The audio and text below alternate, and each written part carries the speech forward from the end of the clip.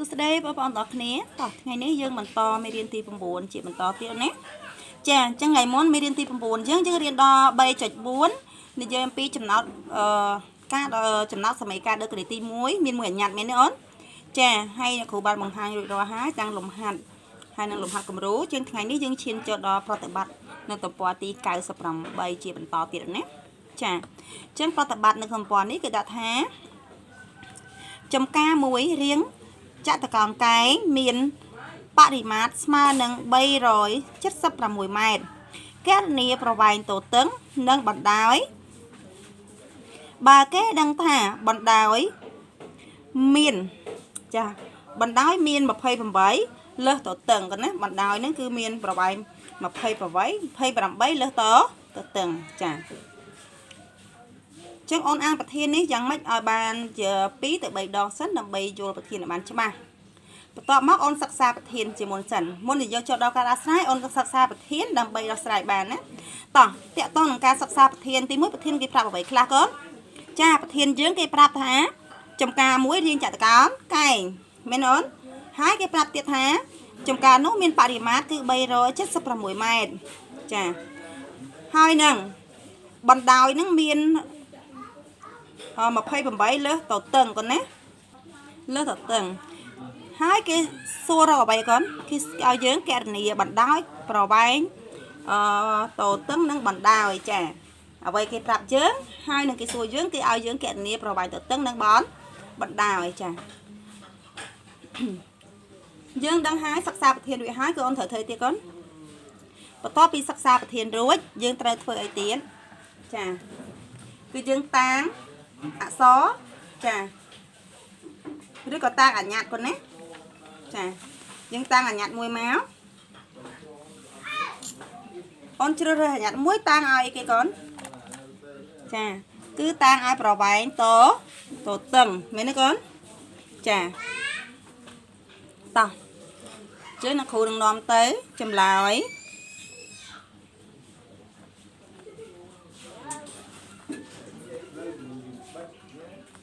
ចាគឺគេឲ្យយើងគណនាអីកូនមិញសំណួរគេឲ្យយើងគណនាប្រវែងបណ្ដោយនឹងទទឹងអញ្ចឹងអ្នកគ្រូដាក់ថាគណនា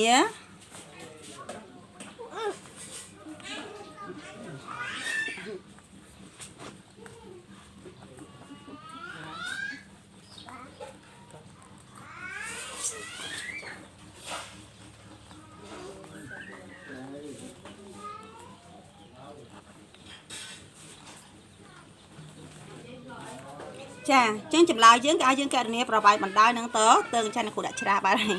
កណនាប្រវែងទទឹងនឹងបណ្ដោយដូចតែគ្នាគាត់ណាតោះបន្ទាប់ពីយើងបានហើយគឺយើងត្រូវតាំងតួអក្សរឬក៏តាំងអញ្ញត្តិគាត់ណាចាយើងតាំងអីកូនយើងតាំងអក្សរណាមួយឲ្យជាប្រវែងទទឹងសិនមកកូនបើរកទទឹងឃើញបណ្ដោយយើងរកឃើញដែរព្រោះបណ្ដោយវាវែងជាងទទឹងមែនទេកូន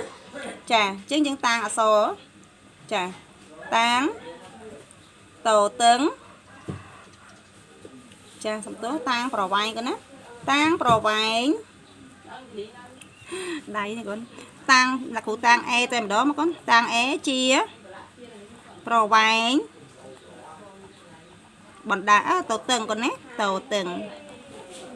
ញ្ចឹងយើងតាំង A ជាប្រវែងទទឹងដោយបំរាប់គេប្រាប់កូនថាម៉េចចាគេប្រាប់ថាទទឹងចាបាននេះហាក់បណ្ដោយមានម៉ានចាបណ្ដោយមាន28លើសអីកូនលើសទទឹង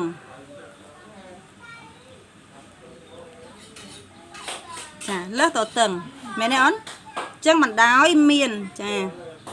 មាន28លើសទទឹងអញ្ចឹងប្រវែងបណ្ដោយថ្មីរបស់យើងគឺណាចាអញ្ចឹងបណ្ដោយយើងស្មើអីកូនលើសគឺធ្វើម៉ាំទីអីបូកនឹងអី25 3មែនទេអូនចាតោះអញ្ចឹងបណ្ដោយមាន28លើសទទឹងអញ្ចឹង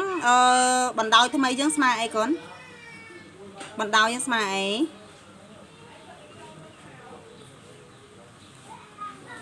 បណ្ដោយថ្មី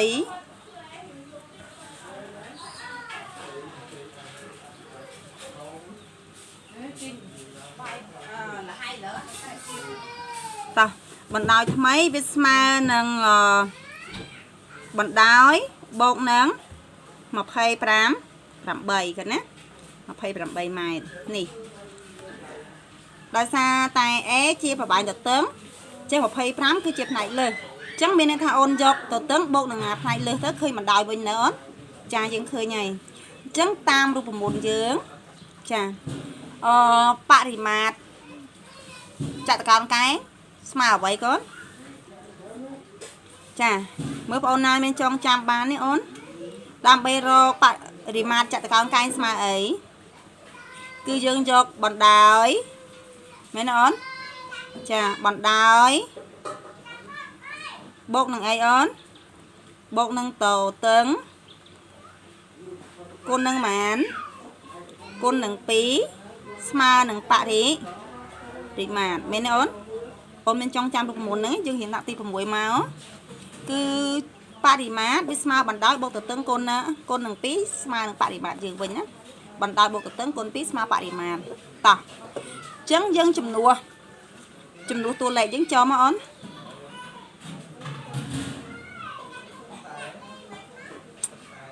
តោះបណ្ដោយយើងហ្មងកូនបណ្ដោយយើងគឺ A បូកនឹងម៉ាន25 3បូកនឹងទទឹងយើងគឺ A មែនទេអូនយកបណ្ដោយអានេះជាបណ្ដោយអ្នកគ្រូដាក់ចេះដើម្បីងាយស្រួលមើលនេះឃើញទេអានេះជាបណ្ដោយមើលអត់តកូនណា A បូក28គឺជាបណ្ដោយអញ្ចឹងបូកនឹង A នេះគឺជាទទឹងតោះណាអូនហើយយើងគុណវានឹង2ស្មើនឹងបរិមាត្រយើងគឺ376តោះជាបន្តកូនអញ្ចឹងយើងយក A នេះមេគុណវា A អានេះក៏ A ណាសំទោសគឺអាញាត់វា A ដូចគ្នាអញ្ចឹង1អានេះ A មានមេគុណ1អានេះក៏មេគុណ1អញ្ចឹង1បូក1គឺបាន2អីកូន 2A បូកនឹង25 3ចាវាស្មើនឹង35 2សំណួរ376ចាណាគ្រូដាក់នេះតដាកុំឲ្យបងអូនវែងអានេះយើងគុណរបស់អង្គទី2គឺចែកនឹង2តើណាអូនឡើយនេះអូនដាក់វងកញ្ចក់ក៏បានមិនដាក់ក៏បានដែរណាតោះ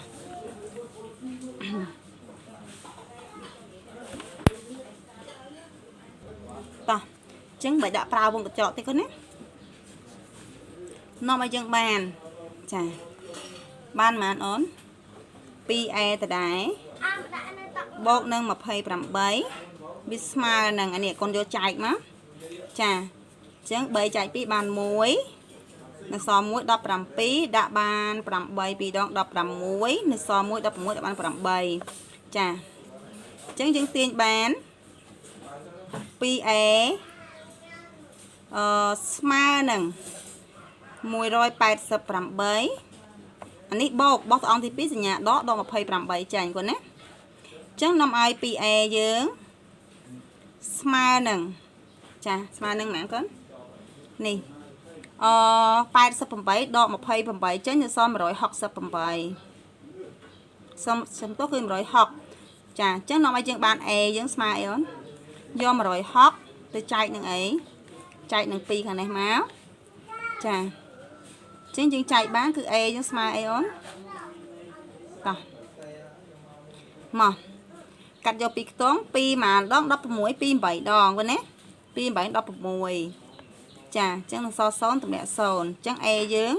គឺស្មើនឹង80មានន័យថាតូតឹងយើងមានប្រវែង80ម៉ែត្រណាតោះដោយតូតឹងយើងមានប្រវែង80ម៉ែត្រ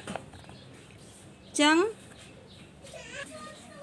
ចាអញ្ចឹងតូតឹងយើង80ម៉ែត្រអញ្ចឹងបណ្ដោយថ្មីយើងស្មើប៉ុន្មានកូនចាបណ្ដោយយើងបណ្ដោយចាបណ្ដោយយើងស្មើប៉ុន្មានកូនគឺ80បូកនឹងផ្នែកលើសមកគឺលើស25 3មែនទេអូនចឹងវាស្មើនឹង105 3មកចាចឹងបណ្ដោយយើងគឺស្មើចាយើងដាក់ប្រើពាក្យនាំឲ្យចាកូនណានាំឲ្យចានាំឲ្យបណ្ដោយយើងស្មើនឹង80បូកនឹង28ស្មើនឹង108ចាអញ្ចឹងនាំឲ្យយើងឆ្លើយបានថាដូចនេះប្រវែងទទឹង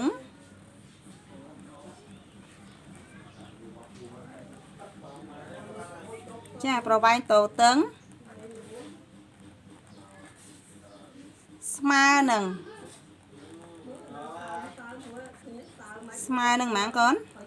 ចាស្មើនឹង80ម៉ែត្រនិងបណ្ដោយចានឹងបណ្ដោយស្មើនឹង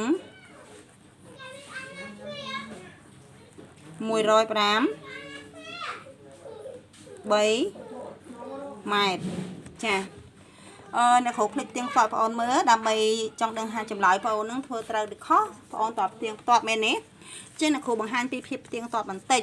ដោយសារសមីការយើងសរសេរបានគឺ a បូកនឹង28ហើយបូកនឹងអីកូនបូកនឹង a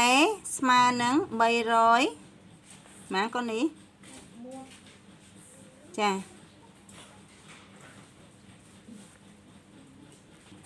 តោះអ្នកគ្រូច្រឡំអត់ចាមិនមែនទៀងទាត់បែបហ្នឹងទេច្រឡំចាទៀងទាត់យើងតាមបរិមាត្រយើងស្មើអីកូនបរិមាត្រយើងស្មើអីគឺយកបណ្ដោយ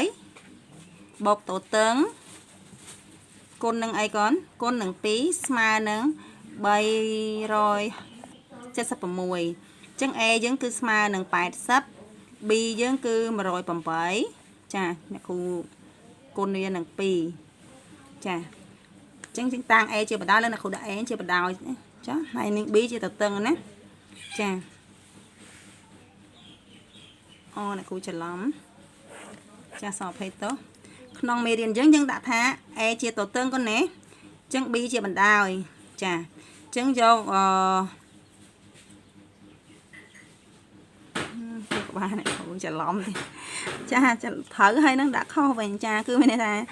យកទទឹងបូកនឹងបណ្ដោយហើយគុណនឹង2ស្មើនឹង376អូនណាចឹង a នេះគឺជាទទឹងចឹងទទឹងយើងមិញគឺប្រហែលប៉ោន80ម៉ែត្របូកនឹងបណ្ដោយយើងគឺ108គុណនឹង2ស្មើនឹង376ចឹងអានេះយើងបូកទៅវាបាន188មែនទេកូន188គុណនឹង2ស្មើនឹង376ចឹងកូនបូកវាមកចា8 2ដង16ត្រាទុក1 8 16មក17ត្រាទុក1 2ម្ដង2នឹង1 3ចឹងចម្លើយវា2នេះគឺស្មើគ្នាពិតចាបានន័យថាបណ្ដោយបន្ទឹងប្រវែងបណ្ដោយប្រវែងទទឹងដែលយើងកណនីឃើញគឺជាចម្លើយត្រឹមត្រូវកូនណាចាអរគុណបើអ្នកគ្រូមានការខានអីសូមអភ័យទោសផងណាចា